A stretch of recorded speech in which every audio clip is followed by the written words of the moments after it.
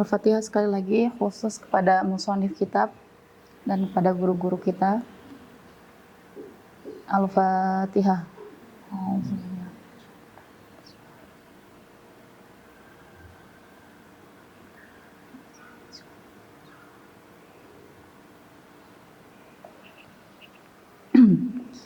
Kita lanjut nasihat berikutnya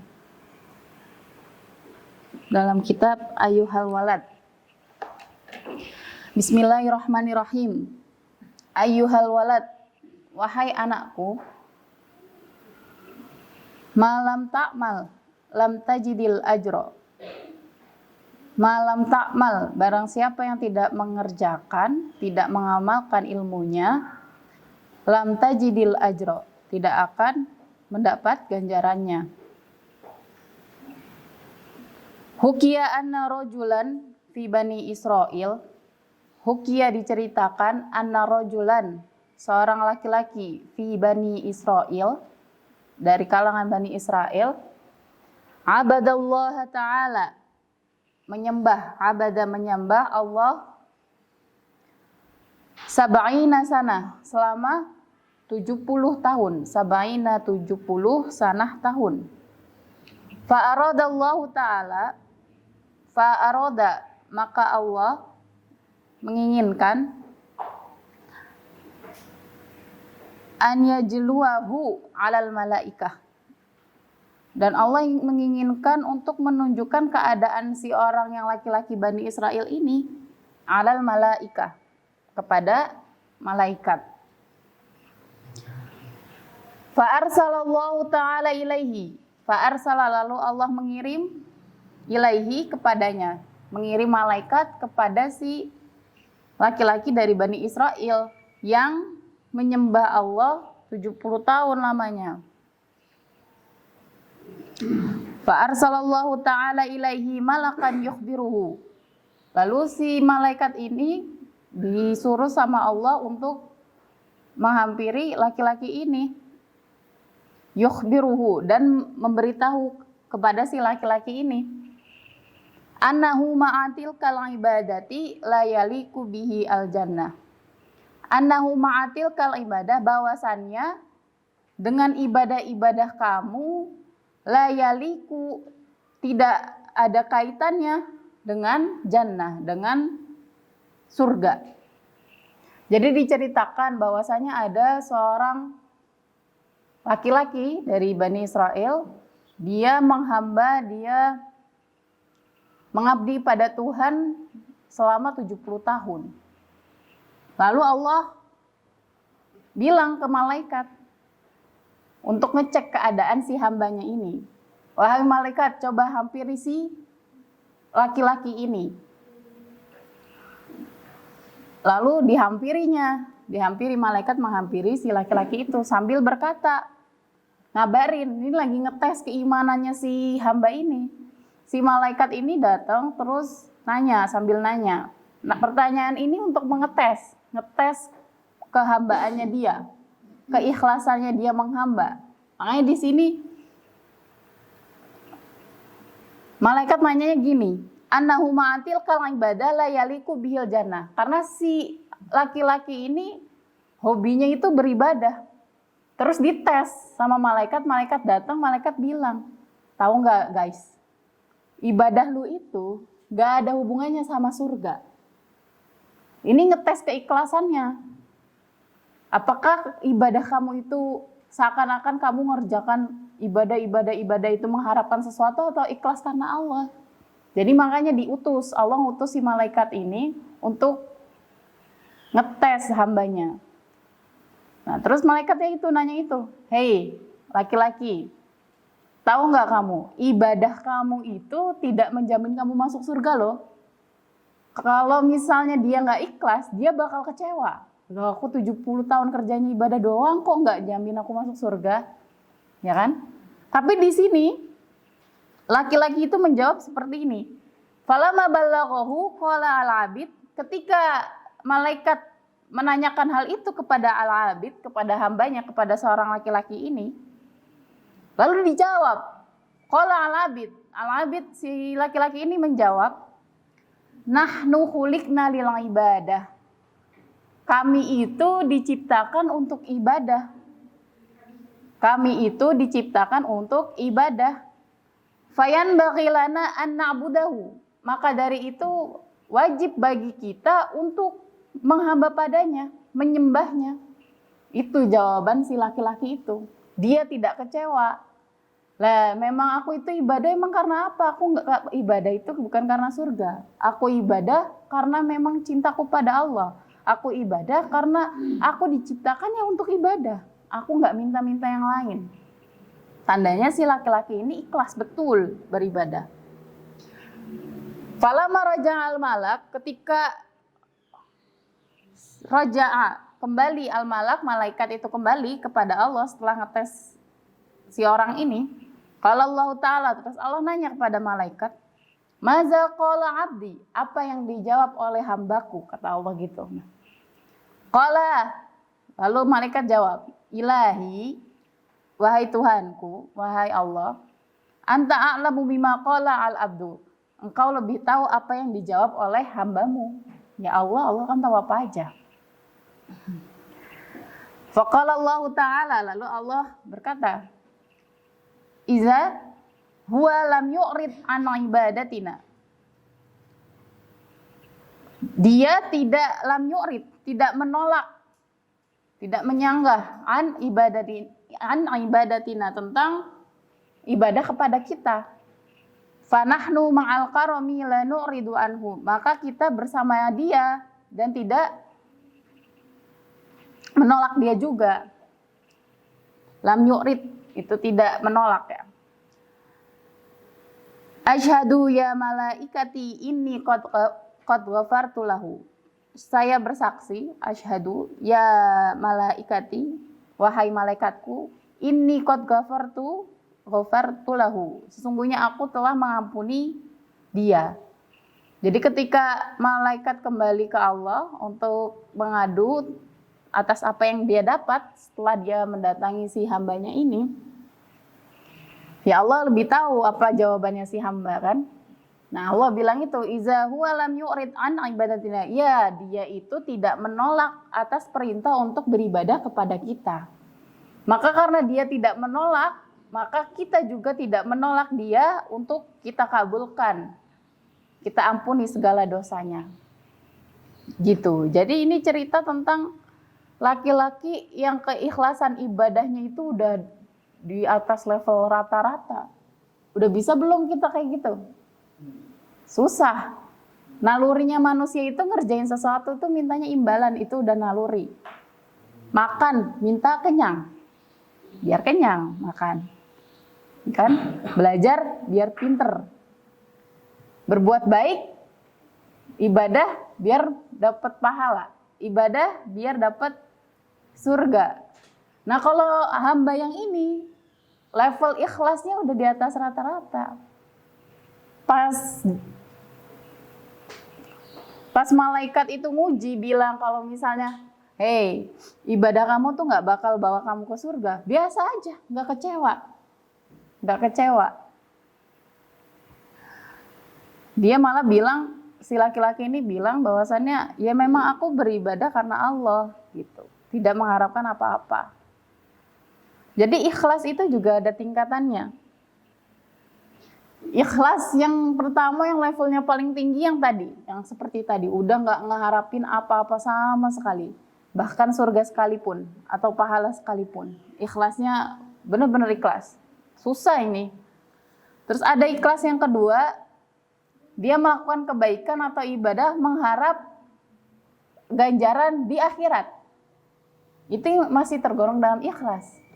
Karena bagaimanapun di ayat-ayat Al-Quran Allah juga menyebutkan berkali-kali tentang ganjaran di akhirat barang siapa yang mengerjakan kebaikan dan ibadah.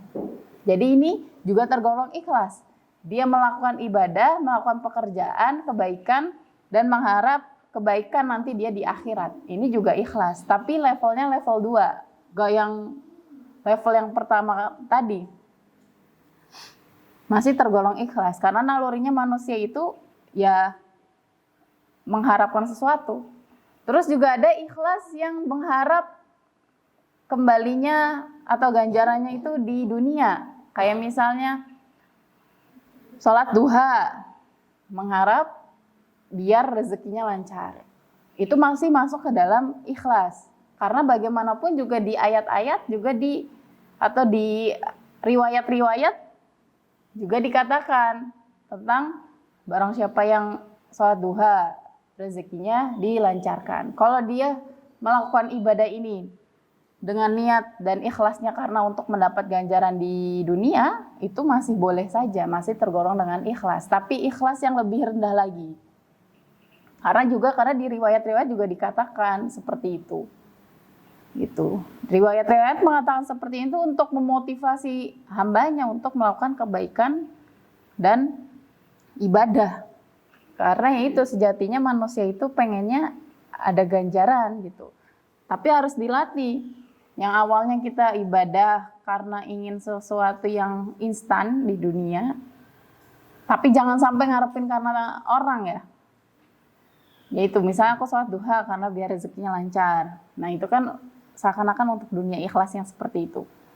Nanti naik kelas lagi, aku ibadah ikhlasnya karena untuk ganjaran di akhirat. Nanti naik lagi, aku beribadah murni tanpa meminta apa-apa, bahkan pahala atau surga sekalipun.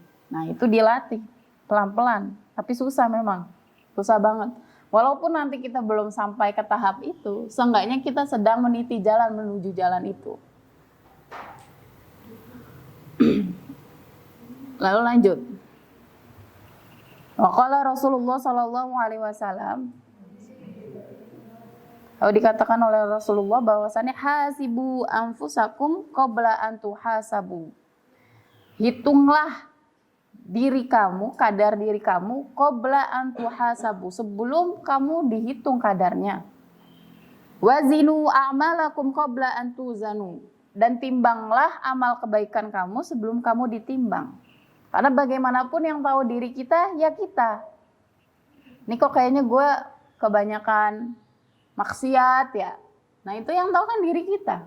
Yang kita tampilkan di hadapan orang kan versi terbaik. Yang tahu kita maksiat atau yang tahu kita beribadah dengan secara betul itu kan diri kita. Maka Rasul di sini bilang, hitunglah kadar kamu sebelum nanti dihitung di hari kiamat. Timbanglah amal kamu sebelum nanti ditimbang. Jadi bisa, ini kayaknya gue kebanyakan maksiat. Nah itu kan yang tahu diri sendiri. Orang lain gak tahu, orang kita di depan orang lain maunya kelihatan baik terus. Gitu kan. Lalu lanjut. Waqala Ali radhiyallahu an, lalu dikatakan oleh Ali, man zonna annahu bidunil jahdi yasil, barang siapa yang mengira bahwasannya tanpa adanya usaha dia akan sampai, fahuwa mutamanin, maka dia adalah orang yang berangan-angan. Tanpa usaha dia sampai ke surga gitu ya. Itu dia adalah orang yang mutamanin, orang yang berangan-angan.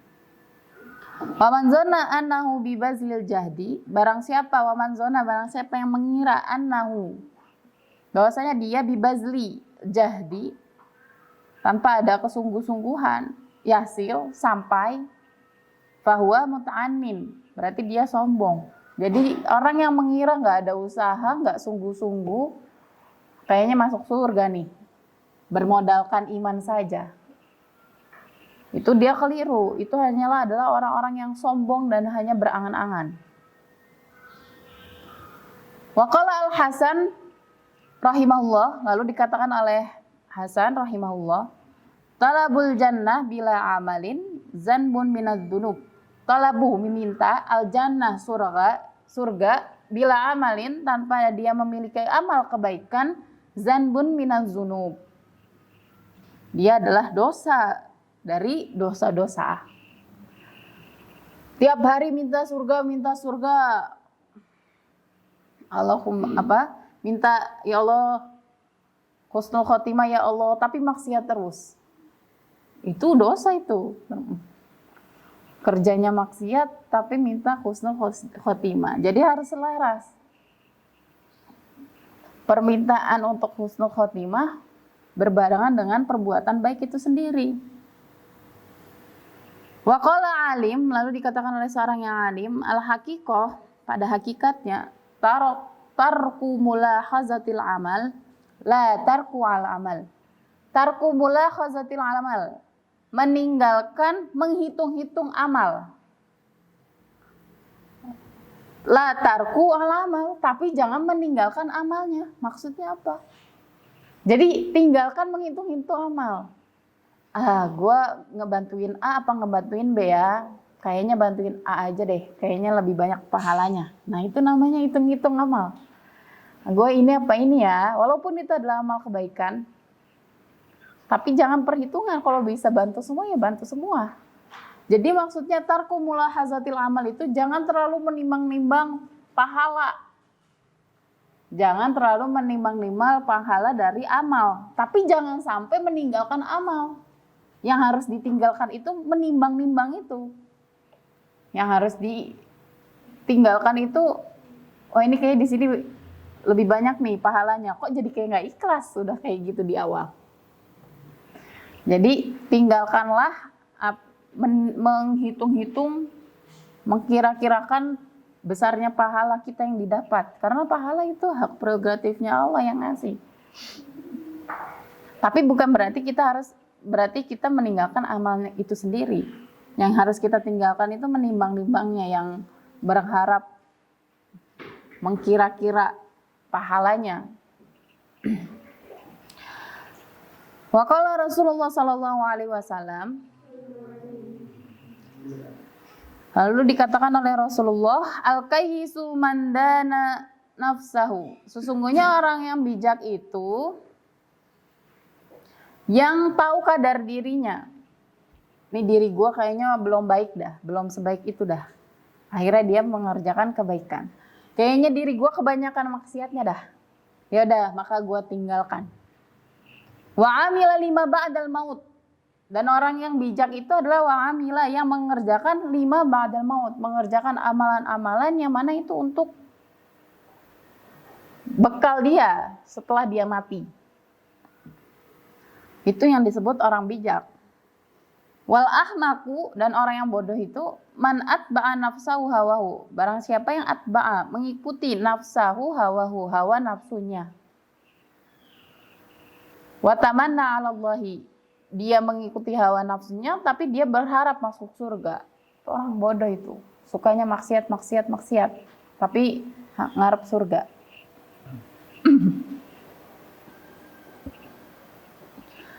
Ayyuhal walad, lalu nasihat selanjutnya, wahai anakku, kamin layalin ahyaitaha bitikraril ilmi wa mutala'atil kutub. Kamin layalin, berapa banyak malam, ahyaitaha, yang sudah kamu hidupkan, bitikraril ilmi, untuk mengulang ilmu, wa mutala'atil kutub, dan mengulang al-kutub, pelajaran kitab-kitab. Wa haramta ala nafsika an-naum, wa haramta, dan kamu mengharamkan ala nafsika, untuk badan kamu, untuk dirimu, an-naum, tidur. La a'lamu makana al-ba'itu fi. La a'lam, tapi tidak tahu makana al-ba'is, niat kamu itu kemana. Jadi wahai muridku, wahai anakku, berapa ilmu yang telah kamu baca, berapa kitab yang telah kamu hatamkan, berapa malam yang telah kamu bangun tanpa kamu tidur. Tapi apa sih sesungguhnya niat kamu melakukan itu semua? In kana niyatuka naila aradid dunya, in kana niyatuka, jikalau niyatuka, niat kamu, naila, mendapat aradid dunia, pengakuan dunia, wajazabal khutamiha, dan menghimpun khutamiha, kedudukannya, wa tahsila manasibiha, dan mendapatkan materi, mengumpulkan materi, manasib, wal mubahata alal aqrani wal amsal, dan membanggakan di depan alal aqron, di depan teman-teman, wal amsal, dan orang-orang lain. fawailul laka, maka kamu merugi. Tsumma wailul laka, maka kamu merugi. Jadi di sini Imam Ghazali nanya ke muridnya, kamu berapa malam yang kamu hidupkan? Berapa malam yang kamu jadikan untuk mengulang ilmu sampai kamu nggak tidur? Tapi sebenarnya niat kamu itu apa? Kayak gitu, nggak tidur, begadang, belajar. Kalau niat kamu itu untuk mengharapkan dunia, kalau niat kamu itu untuk kedudukan, kalau niat kamu itu untuk materi, kalau niat kamu untuk membanggakan di depan teman-teman, nih gue sih yang paling rajin. Tahu deh si paling rajin gitu kan. Terus bikin story ya kan. Sholat malam dulu gitu. Gambarnya fotonya sajadah sama tasbih. Jadi oke.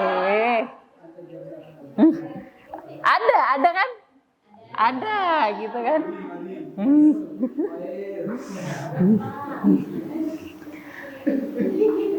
Jangan lupa salat malamnya kakak gitu kan. Pakai Q ya. Pakai qaf ya.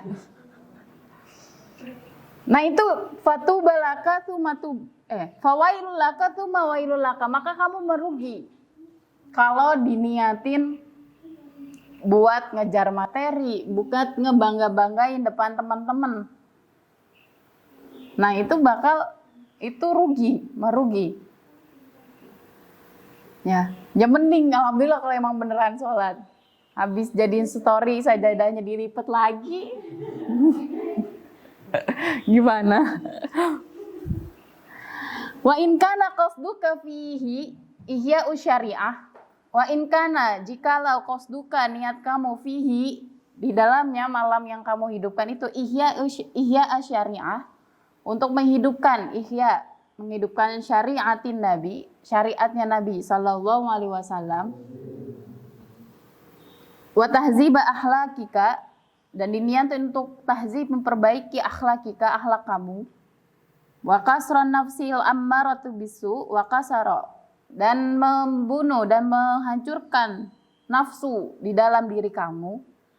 Fatubalaka summatu balaka, maka itu adalah kebaikan untuk kamu, maka itu adalah kebaikan untuk kamu.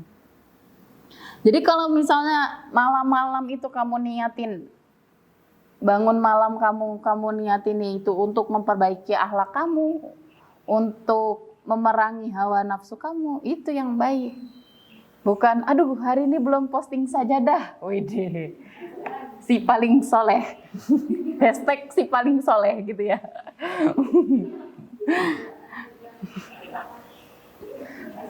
Tapi kalau memang itu adalah salah satu cara untuk melakukan kebaikan, mungkin awal-awal biar bikin story, nanti lama-lama ikhlas beneran kan nggak ada yang tahu juga ya. Nggak ada yang tahu juga. Kalau ternyata posting sajadah dan tasbih itu adalah untuk men-trigger kita untuk melakukan benar-benar kebaikan yang secara ikhlas, kita juga nggak ada yang tahu, ya kan? Makanya itu bingung kita ya zaman sekarang. Mau bilang yang paling soleh, kalau tiba-tiba nanti dia beneran soleh gimana? Ya kan? Padahal kita lagi rebahan sambil lihat story dia. Malam-malam bangun, kagak salat juga gitu kan. Julid malah, mending mana? Dia pamer plus sholat dibanding kita julid gak sholat. Ayo. Bisa jadi yang pamer itu nanti ke depannya, kok kayak gue gak bener juga nih. Pamer-pamer gini doang, lama-lama ikhlas. Tapi yang ngelihat story yang julid-julid, lama-lama makin sombong, lama-lama makin julid. Ntar paginya bilang, si dia ngegosip. Story-nya yang paling soleha banget tuh gitu. Lihat nggak? Iya ya, gue juga lihat. Berarti sama-sama itu udah makin. Ya kan? Kan kita nggak ada yang tahu. Bingung zaman sekarang, kita juga nggak bisa ngejudge orang. Makanya jangan ngejudge. Bisa jadi yang awalnya mengharap pandangan orang lain, lama-lama jadi ikhlas. Nggak ada yang tahu ya. Gitu. Atau ada yang niatin gitu, nggak apa-apa lah, diposting aja di Instagram. Karena aku jadi bener-bener bangun, bener-bener sholat. Gitu. Kita nggak ada yang tahu ya niat hati orang. Jadi jangan dijudge, nggak apa-apa ketika kita ngelihat story teman itu ibadah, dia ibadah lagi, gue nggak mau kalah, kayak gitu kan. Live sambil sholat.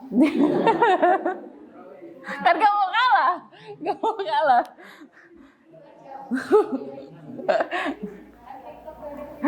Ya kan gak mau kalah ya kan. Nanti ada yang lihat lagi, wah dia nge-live sholat. Ya udahlah, gue streaming di YouTube, TikTok, IG, 3 HP sekaligus.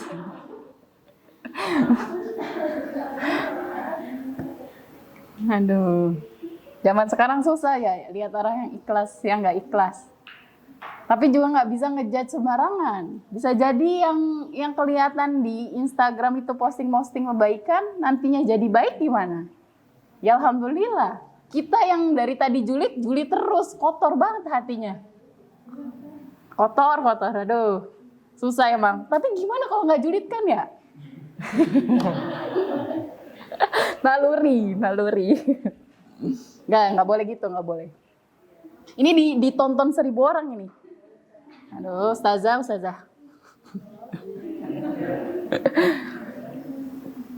Lanjut ya. Jadi intinya nggak boleh kita ngejudge seseorang.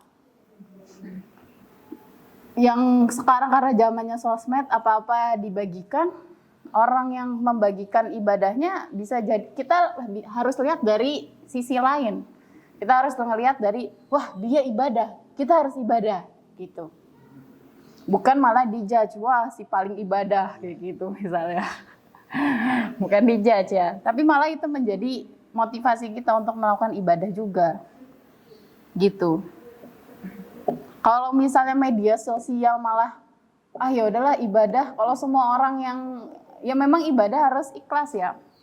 Tapi kalau misalnya sekarang di zaman media sosial ya, nanti kalau nggak gitu, kalau nggak ada orang-orang yang ngeposting ibadahnya, media sosial bakal dipenuhi sama maksiat. Nggak bener juga. Maka makasih sama orang-orang yang suka posting-posting taraweh, ngaji, hari ini kajian nih, gitu. Atau enggak tadarus, atau enggak Jumat Mubarak, jangan lupa Al-Kahfinya ya. Gak apa-apa. Ya, itu nggak apa-apa kalau misalnya media sosial isinya maksiat terus, kan berarti salah juga. Kalau diwarnain yang seperti ini kan jadi lebih indah. Terlepas dari niatnya bagaimana. Seenggaknya dari beberapa orang yang lihat story itu ada satu aja yang malah jadi ibadah. Malah orang ini pahala. Ya kan? Gitu. Jadi ikhlas. Bukan berarti posting Instagram, bukan itu jadinya ya. Jadi ikhlas ya beribadah. Jadi semuanya tergantung niat ya. Lalu lanjut. Walaqad shadaqa man qala. Lalu dikatakan di dalam syair, Sahrul uyuni li ghairi wajhika dha'i'un wa buka'uhunna li ghairi faqdika batilun. Sahrul uyuni, begadangnya kamu, li ghairi wajhika, begadangnya kamu dengan niat tanpa menghadap kepada Tuhanmu, dha'i'un, sia-sia. Wa buka'uhunna, dan nangisnya kamu, li ghairi faqdika, karena kehilangan. Dan nangisnya kamu karena li ghairi faqdika, tanpa adanya. Wa buka'uhunna li ghairi faqdika batilun. Dan menangisnya kamu, sedihnya kamu tanpa merasa kehilangan iman kamu, batilun,